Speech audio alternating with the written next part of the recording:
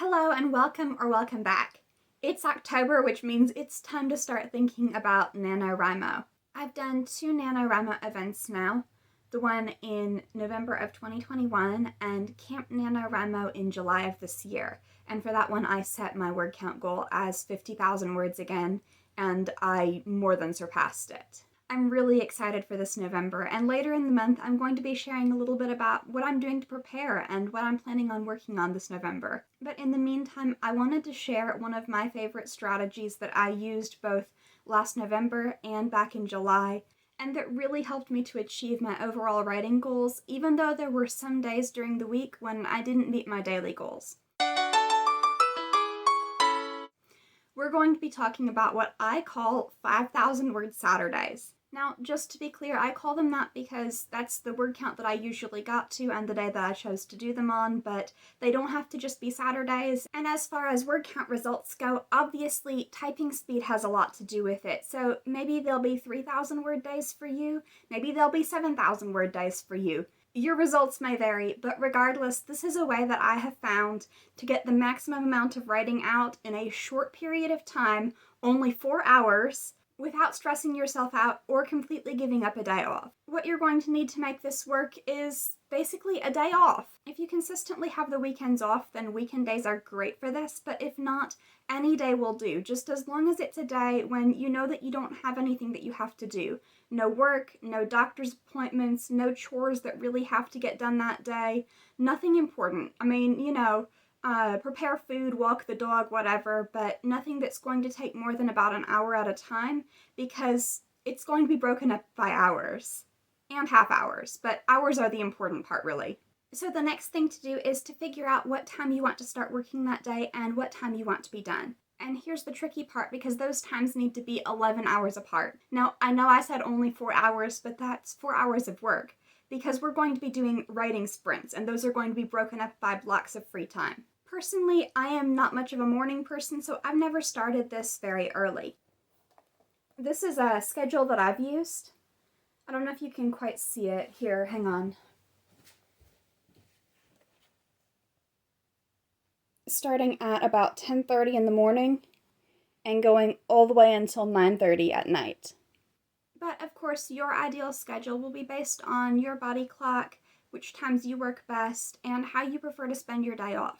So once you have your time frame, for example, 10:30 a.m. to 9:30 p.m., the next thing to do is to break that down into hour and half-hour blocks. And you're alternating between the two so that you have half an hour of writing followed by an hour of free time. So for instance, that might mean writing from 10:30 to 11, taking the hour from 11 to noon off, writing from noon to 12:30, and so on and so forth. I recommend scheduling in breaks for lunch and dinner, and I guess for breakfast too if you're planning on starting before breakfast, because once you get going, it can be a little bit difficult to keep track and make sure that you're taking care of everything that you need to within that hour. You're just going non-stop for half an hour. Don't put the pen down, don't stop typing, do whatever you've got to do to keep your focus on it. I recommend some music, probably some, upbeat music or music that reminds you of the story that you're trying to write or something.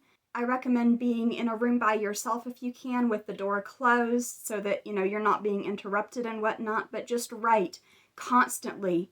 Don't even bother to stop and look things up or think of exactly the right wording. You can use placeholders, you can just put something down and put a little note to yourself to change it later, whatever. Because the whole point is to not break the flow of the writing, to just keep going for that whole half an hour, get as much of your story down as you can, and then when you hit that half-hour mark, you stop and you put it aside and you don't think about it for an hour. You go do something else. You go walk the dog, you go eat, you go watch a TV show, read a couple chapters of a book, do something to take your mind off of it. Enjoy your free time, because like I said, the whole purpose of doing it this way is to not totally give up a day that you were meant to have off, because I'm assuming, that you have other responsibilities in your life and that you need your time off to relax and unwind and spend time on hobbies or spend time with friends and family. Do those things during those hours. But then when the timer goes off, or I don't even use a timer usually, I just pay very close attention to the clock. When the clock strikes noon and you know that you're back on the clock for writing, you go back to it just as if it was, a job that you're getting paid to do and you have to clock in at that time. Now, one thing that I do want to address is that this may be easier to do for some people than for others, particularly if you live with other people, especially small kids. It may be very challenging to do. I would recommend, if you live with other people and you're able to, let them know about your schedule and what you're planning on doing, and ask them to respect those writing blocks and let you focus on that until they're over. That's a conversation that I would recommend having with the people you live with if you're a writer in general, reaching an understanding that the time that you set aside to work on your writing needs to generally be respected and uninterrupted if at all possible, unless of course there's some kind of an emergency. This is a strategy that I developed while living alone on a day when I did not have anybody else over, any need to interact with anybody, and I think that definitely did help in the early days of getting it to work. But I no longer live alone, and I have used this strategy successfully since moving where I am now.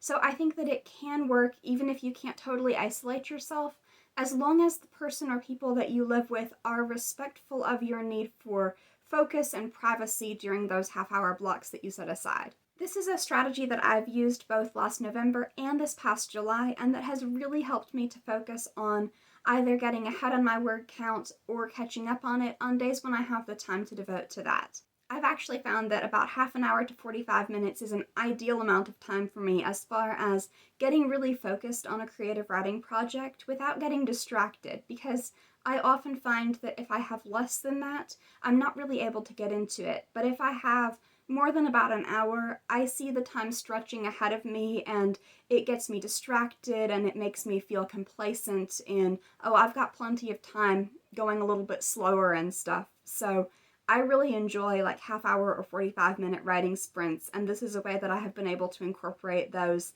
into my writing schedule very effectively. This strategy has served me well in the past, so I wanted to share it in the hopes that it would be helpful to others as well.